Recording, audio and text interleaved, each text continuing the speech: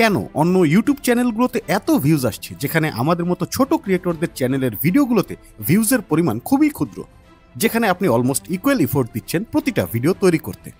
সবসময় ইউটিউবে এই ঘটনাই ঘটে যাচ্ছে যে অন্যরা মিলিয়ন ভিউজ গেইন করছে, সেখানে প্রতিটা ভিউজ কালেক্ট করতে আমাদের কেন এত কষ্ট হচ্ছে।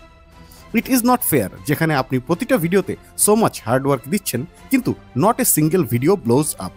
এর কারণ হলো বড় ইউটিউবাররা তিনটা সিম্পল কিন্তু হাইলি ওভারলুকড স্ট্র্যাটেজি ব্যবহার করেন, যা আমরা খুব সহজেই ভুলে যাই। প্রথম স্ট্র্যাটেজিটা এতটাই পাওয়ারফুল যে অলমোস্ট এভরি টাইম এটা কাজে লাগবেই। কিন্তু তার আগে আপনাকে এটিসি অ্যান্ড্রয়েড টোটো কোম্পানি চ্যানেলের একটা রিসেন্ট ভিডিওর কিছু অংশ দেখাচ্ছি। এই বস্তুটা যখন ফার্স্ট টাইম আমাদের স্টুডিওতে আসছিল, ভাই আমার মাথায় সুপারম্যানের এই ক্লিপটাই বাজতেছিল শুধুমাত্র।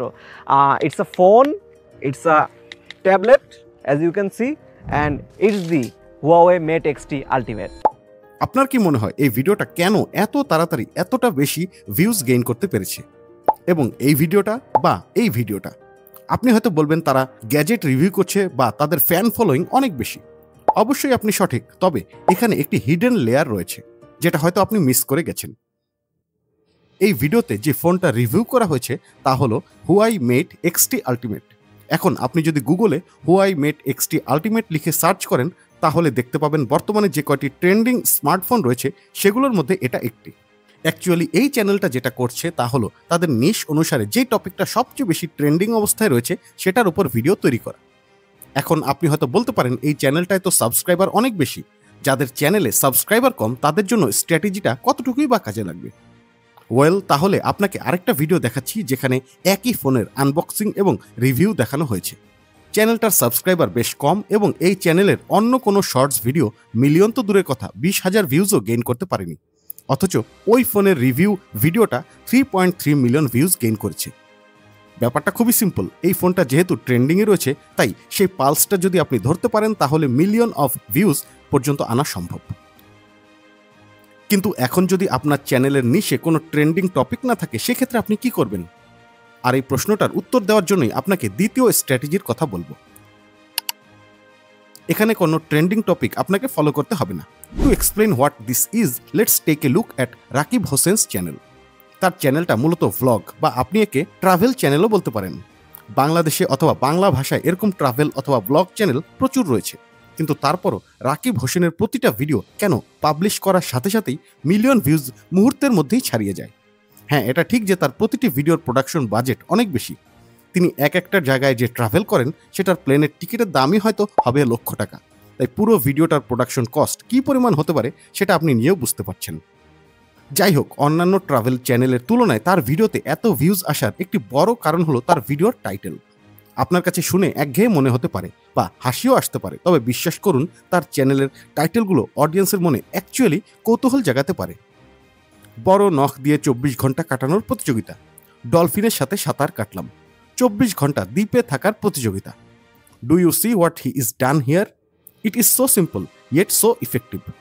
অন্যরাও হয়তো ইন্টারেস্টিং ভিডিও তৈরি করছেন, তবে আপনাকে জানতে হবে অডিয়েন্স অ্যাকচুয়ালি ইন্টারেস্টেড ফিল করছেন কিনা। যে কোনো একটি আইল্যান্ড নিয়ে অনেক ক্রিয়েটররাই ব্লগ তৈরি করেন। আপনি নিজেও যদি খুঁজে দেখেন এরকম অনেক ভিডিও পাবেন, কিন্তু তাদের টাইটেল আর রাকিব হোসেনের ভিডিওটার টাইটেল একবার কম্পেয়ার করে দেখুন। ভিডিওর কোয়ালিটি হয়তো অলমোস্ট সেম, কিন্তু একটি জায়গায় তা অন্য ভিডিওগুলোকে ওভারশ্যাডো করেছে, তা হলো তার ভিডিওর টাইটেল। অন্যরা যেখানে সিরিয়াস বা টিপিক্যাল ওয়ার্ডগুলো ব্যবহার করছেন সেখানে তিনি তার টাইটেলটা একটু ফানি ওয়েতে প্রেজেন্ট করেছেন। আর এই ব্যাপারটা তার অন্য ভিডিওতেও আপনি দেখবেন যে টাইটেলগুলোতে কিছুটা হলেও ভিন্ন মাত্রার একটি টেক্সচার রয়েছে। বাট আপনার চ্যানেলটা যদি ট্রাভেল বা ব্লগের না হয় সেক্ষেত্রে সবসময় আপনি হয়তো ইন্টারেস্টিং টাইটেল ব্যবহার করতে পারবেন না। আর এখানেই থার্ড স্ট্র্যাটেজির কথাটা আসবে। Just look at this video. কতগুলো বছর মিলে তৈরি হয় একটি জীবন, কতগুলো মাস নিয়ে হয় একটি বছর, আরেক একটি দিন মিলে তৈরি হয় একটি মাস। খুব ছোট করে বলে এক একটি দিন তোমার কাছে এক একটি জীবনের সমান। আর তাই আজ আমরা যে বিষয়টি নিয়ে কথা বলবো তা হলো দ্য ডিসঅ্যাপিয়ার ডে মেথড।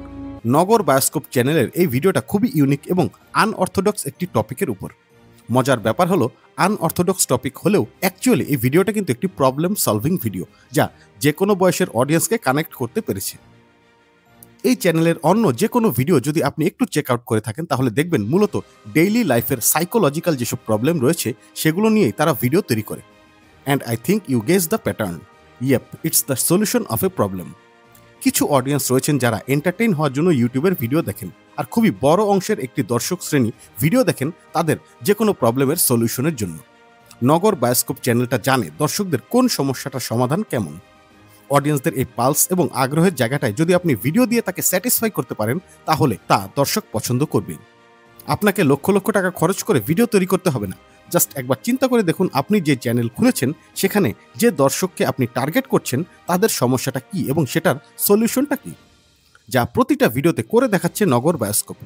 হ্যাঁ, আপনার চ্যানেলের নিশ হয়তো অন্য যে কোনো কিছু হতে পারে, তবে ঠান্ডা মাথায় একবার চিন্তা করে দেখুন তো আমি যে কথাগুলো বললাম সেটা আপনার টপিক বা নিশের সাথে অ্যাডজাস্টেবল কিনা।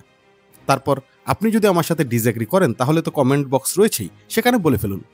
Time for good bye, Allah Hafiz.